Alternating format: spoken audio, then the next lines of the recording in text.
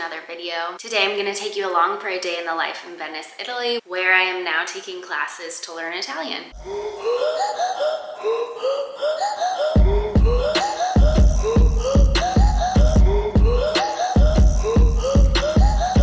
I decided to start Italian classes because I really just feel like I've lived here for a year and I don't know nearly enough Italian. All my neighbors are Italian and none of them speak English. It's hard to have a conversation and I feel like I'm just not getting the most out of Italy. I also think it's very important to do things that are outside of your comfort zone. I feel like that is how I grow as a person. Lately, I've been trying to just be 1% better each day. I heard that on a podcast and I liked it. It resonated with me as somebody who is all or nothing, 100% in or 100% out. And I'm really just trying to be more realistic, find some kind of balance, as I've mentioned 1,000 times, and just be proud of myself. I guess here we go. Let's get into the day. The first thing that I do in the morning is a very condensed morning routine. I try to at least meditate at home, get outside, take Gunner out, have a cup of coffee before I leave. I definitely don't have enough time to do my full up morning routine that I made a video about in the past. And then I drive to the train station. I have had big hopes of riding my bike every day to the train station, but it's actually been pretty cold and we've had a lot of rain, so I have not done that even one time yet. That's okay. But hopefully as the weather gets better and warmer, I will have the courage to do that. Good morning. I woke up a little bit late. I'm eating this egg potato breakfast bake. I'm about to go run over and get on the train and head down to Venice. And then I get on the train. It's about an hour and 15 minutes. On the train is typically when I do my journaling. I like to write in my little notebook, and then I'll also typically study. Once I arrive in Venice, it's a 15-minute walk to school. Typically listen to a podcast during that time. I'm kind of in a podcast slump though, so if anyone has podcast recommendations, let me know.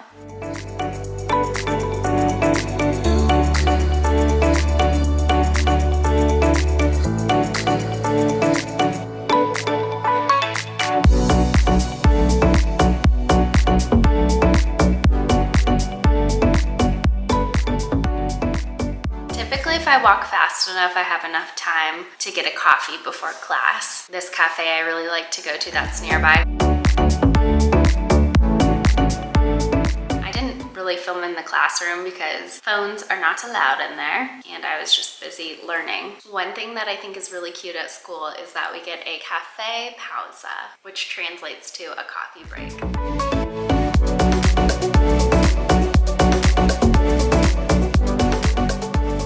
Rotate between a few different cafes. Also, just to put into perspective, I typically get a macchiatone. So espresso is just the small little shot. Macchiato is the espresso with just tiny bit of milk, dash of milk. And then a cappuccino is a lot of milk with one shot of espresso. And then the macchiatone is in the middle of the macchiato and the cappuccino. It's my favorite. So macchiatone costs about €1.20 to the most I've paid is €2. It's very reasonable. And then if you get a brioche, aka croissant, that's probably another €1.20. It does cost more if you sit down at a table, but just slightly. But in Venice, they do charge a lot, especially in the more popular areas. In the morning when I get my coffee before class, I always stand at the bar and just have it very quick. But then on my coffee break, since it's 30 minutes long, I'll typically sit down at a table. Sometimes they'll charge me more, sometimes they won't. It just kind of depends where I go. Then I head back to school for another hour and a half, learn some things. Learning language is a roller coaster.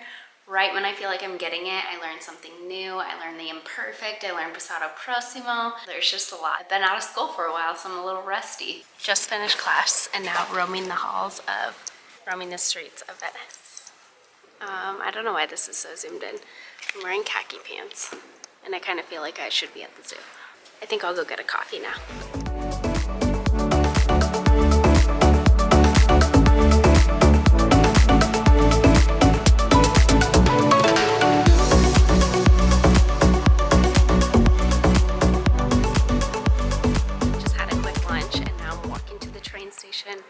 Hopefully I make this 2 p.m. train.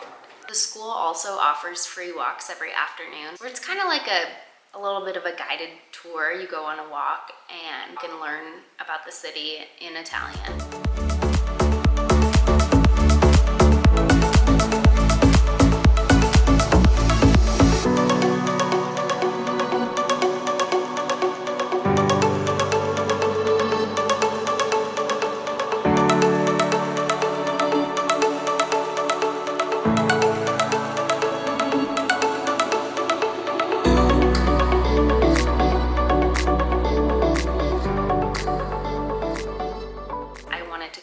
And take Gunnar for a walk and stop at our local bar. At the cafe, I had an afternoon tea and studied my flashcards a little bit.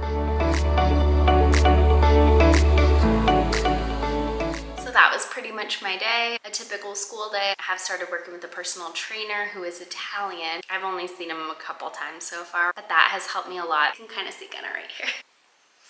Gunnar wanted to hang out with me. He's so silly. My favorite time typically to work out is in the mornings. So I did decide to start with an Italian personal trainer so that I could be a little bit more focused and motivated to work out in the afternoons. It's been good. It is different. There's a bit of a language barrier. We don't always understand each other, but we are doing our best. Italian has actually been very hard for me to learn. Learning a language as an adult is pretty challenging, so if anyone has any tips, please let me know. I started a new Instagram where I only follow Italian influencers or just anyone who's Italian and kind of speaks on their stories a lot, but it just is very, very fast. I've tried to listen to some of my favorite shows in just Italian because I already kind of know what's going on, and then it's kind of a fun way where I'm still doing something entertaining but also learning. So I've liked that. I like to just make flashcards, old school flashcards. I hope you enjoyed watching a quick little day in the life school day. See you next time.